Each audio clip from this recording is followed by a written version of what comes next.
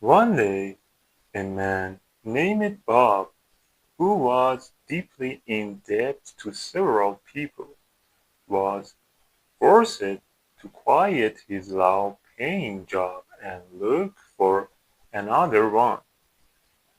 On his way, he happened to run into an old friend who told him that he worked at a circus entertaining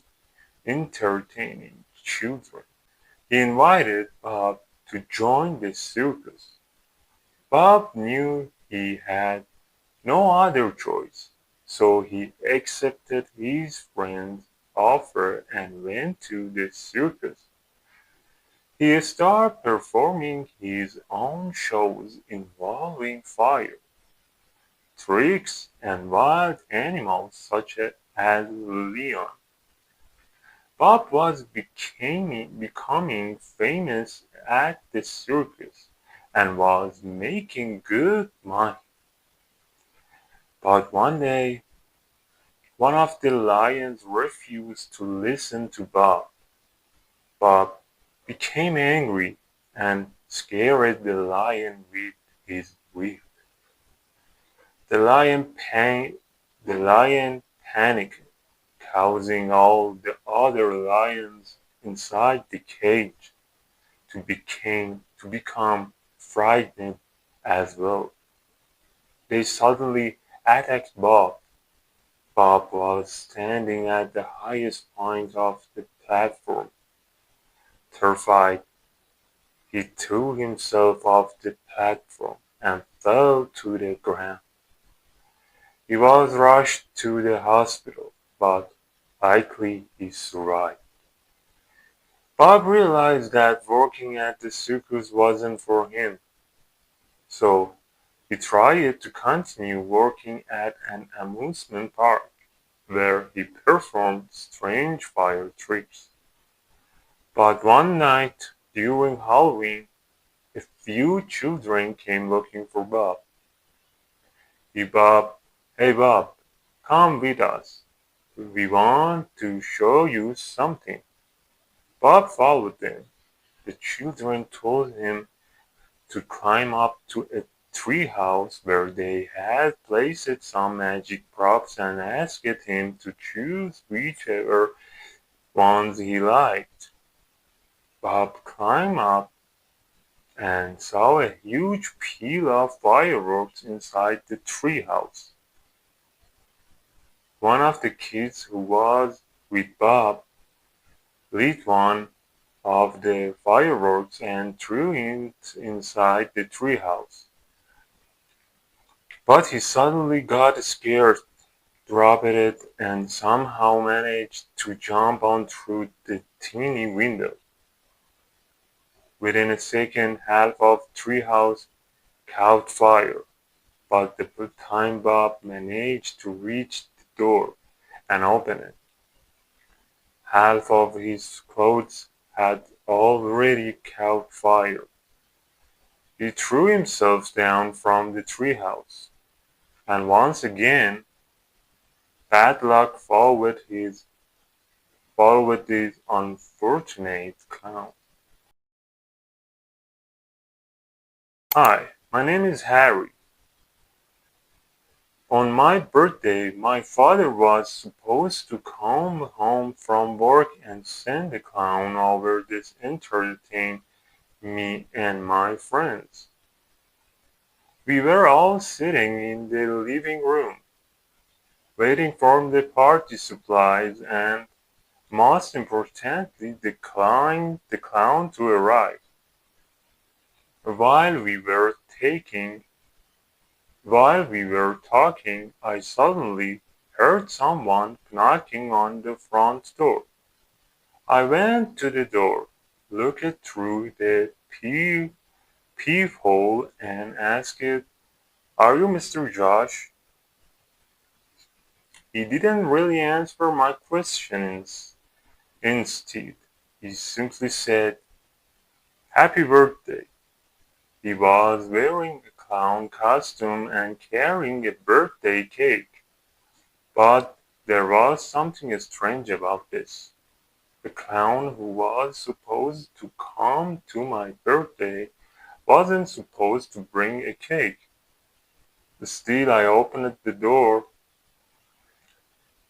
He had a strange expression on his face, and his eyes looked even stranger as the star stirred around our house. I told him to come into the living room. He walked in, greeted the kids, and quickly introduced everyone. We sat down and he started performing magic tricks for us, but there was something strange about his performance. It looked like he had only recently learned how to do those tricks. After a while, the doorbell suddenly rang. I saw that the party supplies had arrived.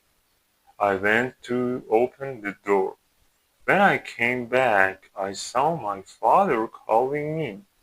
He said, "Harry, don't open the door for anyone who comes here." I told him the clown arrived, and I already let him in. The party supplies are here too. But my father said, "Josh, the real clown just called me. He said his car had been in an accident and that he was going to be late." As soon as I heard that, I quickly went looking for the clown. But he was gone. I asked the kids where he had gone. They told me he went upstairs to the bathrooms. I immediately ran upstairs. Then I noticed that my father's room had been completely messed up, as if someone had been searching for something. Then I saw that the window was open. It it looked like the strange clown had escaped through it. He had stolen some of my father's belongings and documents. My father is a police officer.